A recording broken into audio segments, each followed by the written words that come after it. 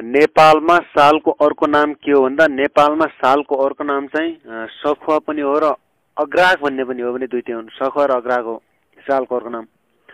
नेपालमा सखुवा वा साल वा अग्राग पाइने क्षेत्र कुन हो भन्दा उष्ण र उपोष्ण क्षेत्र दुईटैमा पाइन्छ, एबीमा पाइन्छ। सखुवा अथवा साल अथवा अग्राग कति समयसम्म पतझर, पतझर भनेको डेसिडोस भन्छ पतझर, वनको रूपमा पाइन्छ भन्दा पतझर वनको रूपमा पाइने छोटो समयको लागि मात्रै पतझरको रूपमा पाइन्छ। छोटो समय हिउँदभरि भनेको छ, त्यसरी 5 महिना भनेको छ, त्यो भनेको छैन, छोटो समयको लागि भनेको छ।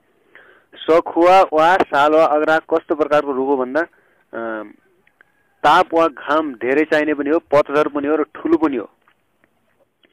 नेपालमा साल रुखको उपयोगिता के हो भन्दा साल रुखको उपयोगिता चाहिँ काठ र दाउरा पनि गर्ने, डाली घाँस पनि गर्ने, पातको टपरी पनि बनाउने हो भने माथि सबै हुन्।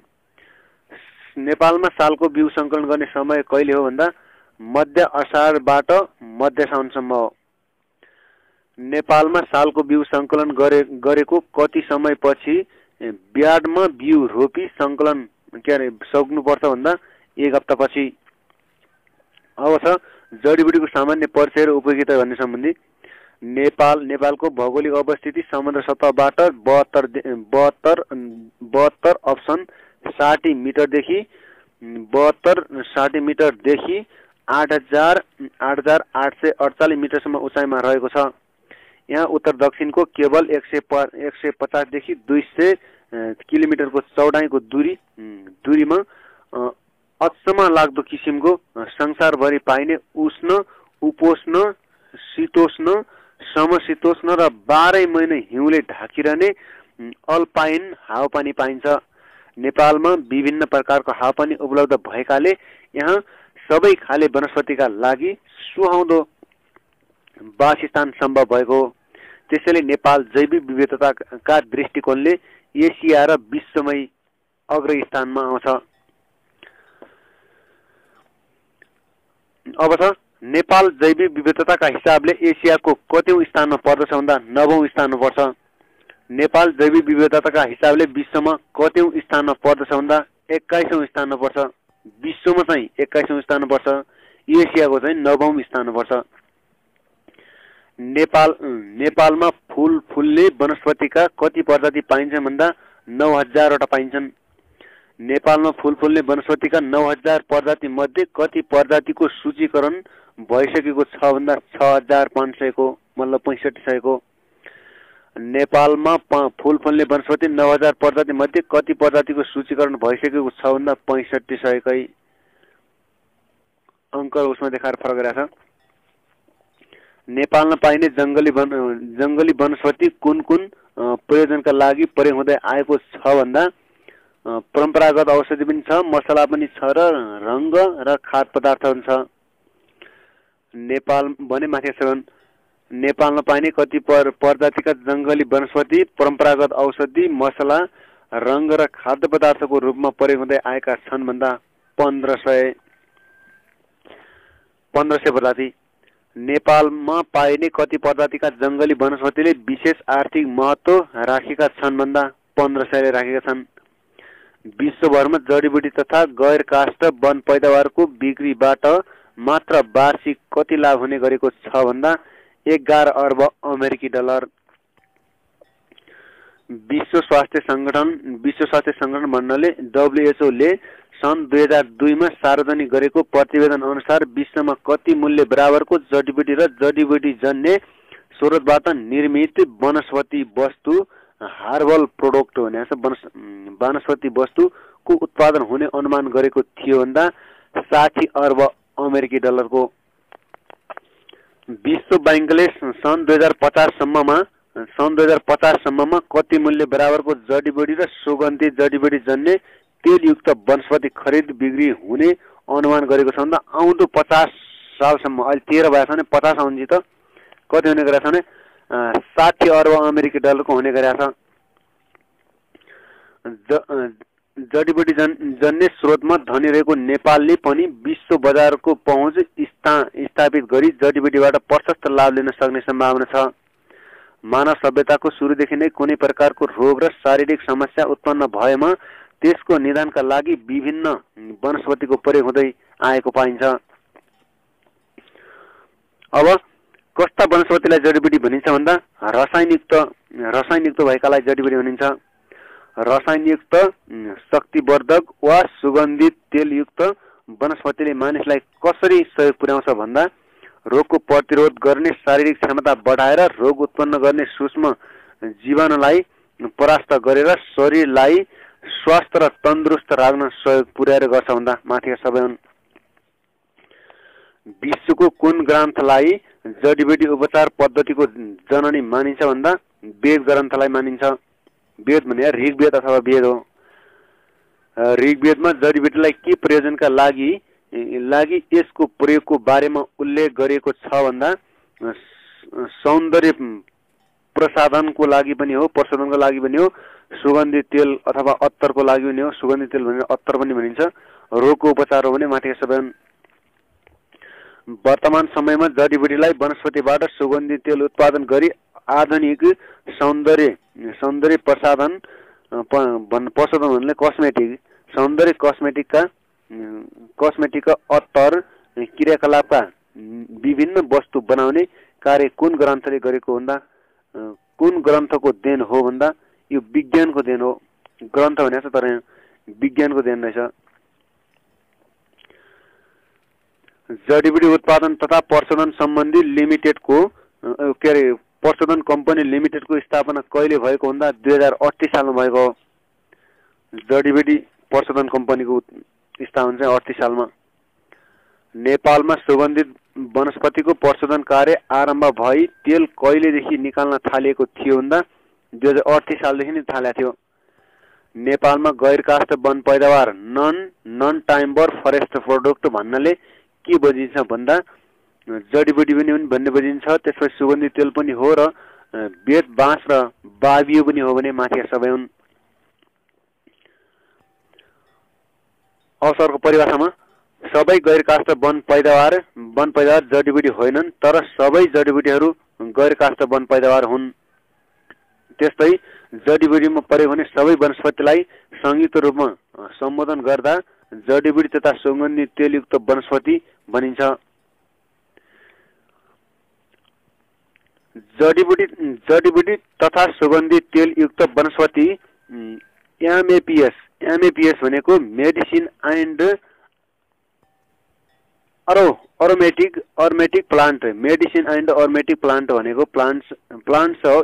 पी पछि यस्तै त्यो यसो त्यो लाई कति भागमा बाँडेको छ भन्दा तेलयुक्त वनस्पतिलाई 3 भागमा बाँडेको छ। जडीबुटी तथा सुगन्धित तेलयुक्त वनस्पति एमएपीलाई कुन भागमा बाँड्न सकिन्छ भन्दा औषधियुक्त जडीबुटीको रूपमा बाँड्न सकिन्छ, सुगन्धित तेलयुक्त जडीबुटीको रूपमा बाँड्न सकिन्छ, रेजिन र रङ्गयुक्त वनस्पतिको रूपमा बाँड्न सकिन्छ भने माथिका सबै हुन्। कुनै प्रकारको रोग निको पार्नका लागि एक वा एकभन्दा बढी प्रकारका जडीबुटीलाई मिसाई औषधिका रूपमा प्रयोग गरिने औषधीय गुण भएका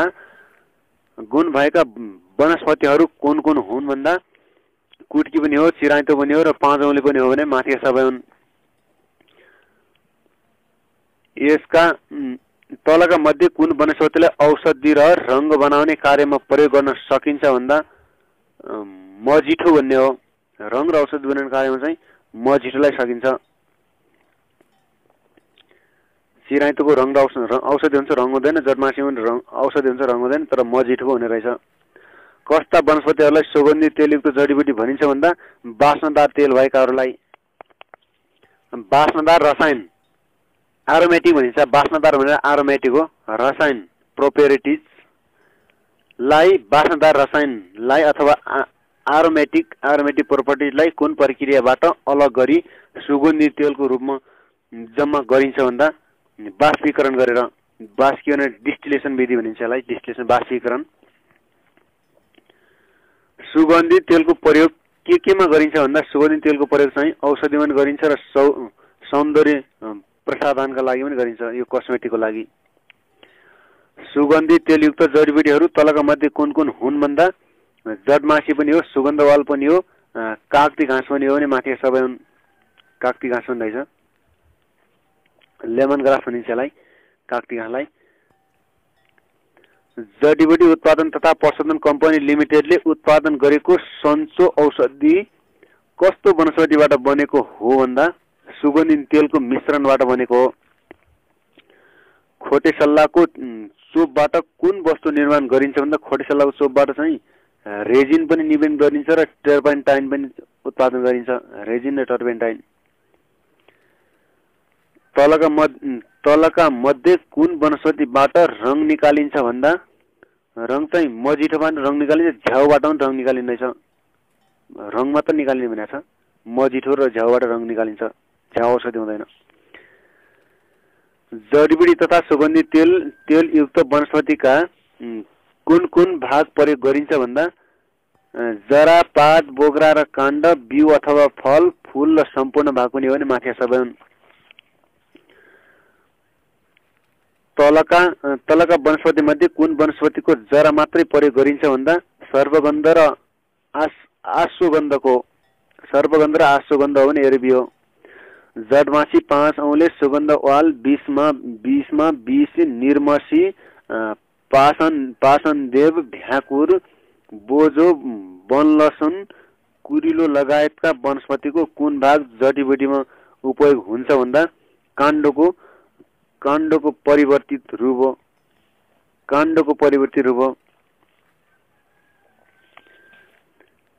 कुमकुम लौटसल्ला तितेपाती कागती घाँस आदि वनस्पति कुन भाग प्रयोग हुने जडीबुटी हुन् भन्दा पात हुन् बिउ अथवा फल औषधिको रूपमा प्रयोगमा आउने वनस्पतिहरू कुन हुन् भन्दा लप्सी पनि हो पिप्ला पनि हो रुद्राक्ष पनि हो भने माथि सबै हुन् ओखर काफल काउलो छत्तेवान इन्द्रोज आदि वनस्पतिको कुन भाग मात्र औषधिको रूपमा प्रयोगमा आउँछन् भन्दा बोक्रा गुराँस नागेश्वरी कमल आदि वनस्पतिको कुन भाग मात्र औषधिको रूपमा प्रयोगमा आउँछन् भन्दा फूल चिराइतो यार्सागम्मा जीवन्ती घोडटा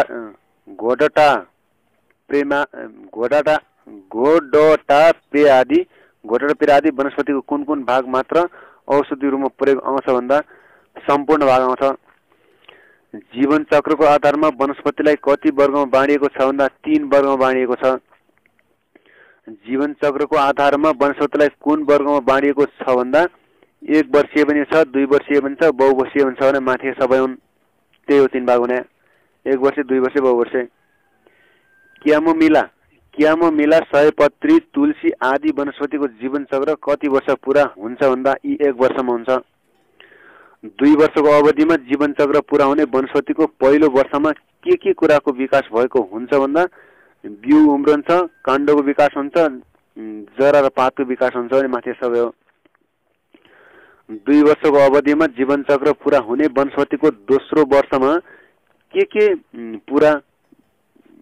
कुराको विकास भएको हुन्छ भन्दा बोटको वृद्धि भइकन फुल्छ फल लाग्छ त्यसपछि बिउ झरेर अन्त्यमा बिरुवा नै मर्छ भने माथिका सबै हुन् तलका मध्ये 2 वर्षको अवधिमा जीवन चक्र पूरा हुने जडीबुटीमा निकै प्रसिद्ध मानिएको वनस्पति कुन भन्दा चिराइतो हो यार्सागम्मा 1 वर्ष हो 2 वर्षभन्दा बढी अवधिमा जीवन चक्र पूरा हुने वनस्पतिहरूको काण्ड कस्ता प्रकारका हुन्छन् भन्दा नरम काण्ड पनि हुन्छन् र कडा डाँठ हुन्छन् झार वर्गका बहुवर्षीय वनस्पतिले साधारणतया आफूलाई अनुकूल नरहेको समयमा तलका मध्ये काण्डको कुन परिवर्तित रूपमा जमिनमुनि बिताउँछन् भन्दा राइजम पनि बिताउँछन् ट्युबर भन्ने पनि जमिनमुनि रहन्छ गानो पनि जमिनमुनि रहन्छ गानो राइजम त भएकै कुरा हो तर ट्युबर भन्ने चिज पनि जमिनमुनि नै हुँदैछ झार वर्गका बहुवर्षीय वनस्पतिले साधारणतया आफूलाई अनुकूल नरहेको समयमा काण्डको कुन परिवर्तित रूपमा जमिनमुनि बिताउँछन् भने अनुकूल वातावरण भएपछि के हुन्छ भन्दा फल लाग्छ, बोटको विकास हुन्छ, फूल लाग्छ भने माथि सबन कडा डाँठ भएका बहुवर्षीय वनस्पतिको कुन कुन जीवन स्वरूप लाइफ फर्म हुन्छ भन्दा लहरा पनि हुन्छन्, लहरामा पनि हुन्छन्, झाडी पनि हुन्छन्, रुख पनि हुन्छन् भने माथि सबन नेपालमा जडीबुटी र सुगन्धित तेलयुक्त वनस्पतिको विस्तार कति उचाइसम्म रहेको छ भन्दा 72 देखि 5500 मिटरसम्म उचाइमा रहेका छन्। 72 देखि 5500 भने हो, 7200 होइन, 72 देखि। नेपालमा पाइने आर्थिक महत्त्वका जडीबुटी र सुगन्धित तेलयुक्त वनस्पतिको वितरण वा विस्तार जमिनको उचाइ बढ्दै जाँदा जडीबुटीको प्रजाति संख्यामा कस्तो प्रभाव परेको देखिन्छ भन्दा बढ्दै गएको पाइन्छ। नेपालमा पाइने आर्थिक महत्त्वका जडीबुटी र सुगन्धित तेलयुक्त वनस्पतिको वितरण वा विस्तार जमिनको उचाइ बढ्दै जाँदा जमिनको प्रजाति संख्यामा पनि बढ्ने क्रम कति मिटरसम्मको निश्चित उचाइसम्म कायम रहेको पाइन्छ भन्दा 1000 मिटरसम्म। नेपालमा पाइने आर्थिक महत्त्वका जडीबुटी र सुगन्धित तेलयुक्त वनस्पतिको वितरण वा विस्तार 1000 मिटरसम्म जडीबुटीको प्रजाति संख्यामा बढ्दै जान्छ भने त्यसपछिको अवस्था कस्तो हुन्छ भन्दा घट्दै जान्छ। नेपालमा पाइने आर्थिक महत्त्वका जडीबुटी र सुगन्धित तेलयुक्त वनस्पतिको विवरण वा विस्तार 1000 मिटर पछि जडीबुटीको प्रजाति संख्यामा घट्दै जानलाई अंग्रेजीमा के भनिन्छ भन्दा हाम्प भनिन्छ। नेपालमा पाइने आर्थिक महत्त्वका जडीबुटी र सुगन्धित तेलयुक्त वनस्पतिको वितरण तथा विस्तार 1000 मिटर पछि जडीबुटीको प्रजाति संख्यामा घट्दै जानलाई अंग्रेजीमा हाम्प भनिने आकारलाई नक्सामा उतार्दा कस्तो बन्छ भन्दा डाँडाको टुप्पो जस्तो बन्छ। नक्सामा उतार्दा हाम्प चाहिँ डाँडाको टुप्पो जस्तो बन्छ। नेपालमा पाइने आर्थिक महत्त्वका जडीबुटी र सुगन्धित तेलयुक्त वनस्पतिको प्रजाति संख्या अत्याधिक कुन उचाइ क्षेत्रमा भएको बुझ्न सकिन्छ भन्दा 1000 मिटरमा। नेपालमा पाइने आर्थिक महत्त्वका जडीबुटी र सुगन्धित तेलयुक्त वनस्पति कुन उचाइ पछि पाइन सकिँदैन भन्दा यो 5500 मिटर भन्दा माथि चाहिँ पाइँदैन। नेपालमा पाइने आर्थिक महत्त्वका जडीबुटी र सुगन्धित तेलयुक्त वनस्पति नपाइने जिल्ला कुन हो भन्दा यो भक्तपुरमा पनि पाइन्न, हुम्लामा पनि पाइन्न, धनुषामा पनि पाइन्न भने माथिका कुनै पनि पाइँदैन। नेपालको तराईमा पाइने आर्थिक महत्त्वका जडीबुटी र सुगन्धित तेलयुक्त वनस्पति कुन हुन् भन्दा अमला पनि हो, सिकाकाई पनि हो, हर्रो बर्रो पनि हो, मुस्ली पिप्ला पनि हो। मुस्ली पिप्ला भन्ने पनि हुन् भने माथिका सबै हुन्। नेपालको पहाडी जिल्लामा पाइने आर्थिक महत्त्वका जडीबुटी र सुगन्धित तेलयुक्त वनस्पति कुन हुन् भन्दा कुरिल्लो, ओखर, टिमुर, तेजपत्ता पनि हो भने माथिका सबै हुन्। नेपालको हिमाली क्षेत्रमा पाइने आर्थिक महत्त्वका जडीबुटी र सुगन्धित तेलयुक्त वनस्पति कुन हुन् भन्दा हिमाली क्षेत्रमा पाइने जडमासी पनि हो, कुटकी पनि हो, पदमचाल पनि हो र यास्तागम्ब पनि हो भने माथिका सबै हुन्। बजार मूल्यको आधार अनुसार आर्थिक महत्त्वका बहुमूल्य जडीबुटी र सुगन्धित तेलयुक्त वनस्पति बढी पाइने ठाउँ कुन हुन् भन्दा हिमाली क्षेत्र हो। उच्च हिमाली क्षेत्रमा पाइने सबैभन्दा बहुमूल्य जडीबुटी कुन हो भन्दा यास्तागम्बा हो। बजार मूल्यको आधार अनुसार आर्थिक महत्त्वका बहुमूल्य जडीबुटी र सुगन्धित तेलयुक्त वनस्पति तुलनात्मक रूपले बढी पाइने ठाउँ कुन हो भन्दा कर्णाली क्षेत्र हो।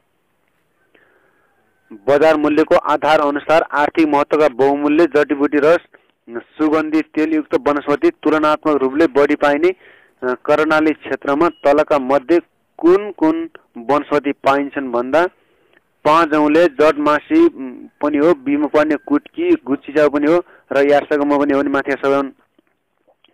आर्थिक महत्त्वका बहुमूल्य जडीबुटी र सुगन्धित तेलयुक्त वनस्पति मध्ये पूर्वी नेपालमा प्रशस्त पाइने तर कर्णाली क्षेत्रमा नपाइने वनस्पति कुन हो भन्दा यो चाहिँ चिराइतो हो। कर्णालीमा चिराइतो हुँदैन। आर्थिक महत्त्वका बहुमूल्य जडीबुटी र सुगन्धित तेलयुक्त वनस्पति मध्ये पश्चिम नेपालमा प्रशस्त पाइने र पूर्वी नेपालमा क्रमशः घट्दै जाने वनस्पति कुन हो भन्दा यो जडमासी पनि हो, पूर्वी नेपालमा पाइन्न, घट्दै जान्छ, कुटकी पनि हो र यास्तकमा पनि हो। आर्थिक महत्त्वका बहुमूल्य जडीबुटी र सुगन्धित तेलयुक्त वनस्पतिको जीवन स्वरूप कस्तो कुन कुन हुन् भन्दा झाडी पनि हो, रुख पनि हो, लहरा पनि हो र झार पनि हो। यार्सागममा गोची च्याउ, रातो च्याउ आदि तलका मध्ये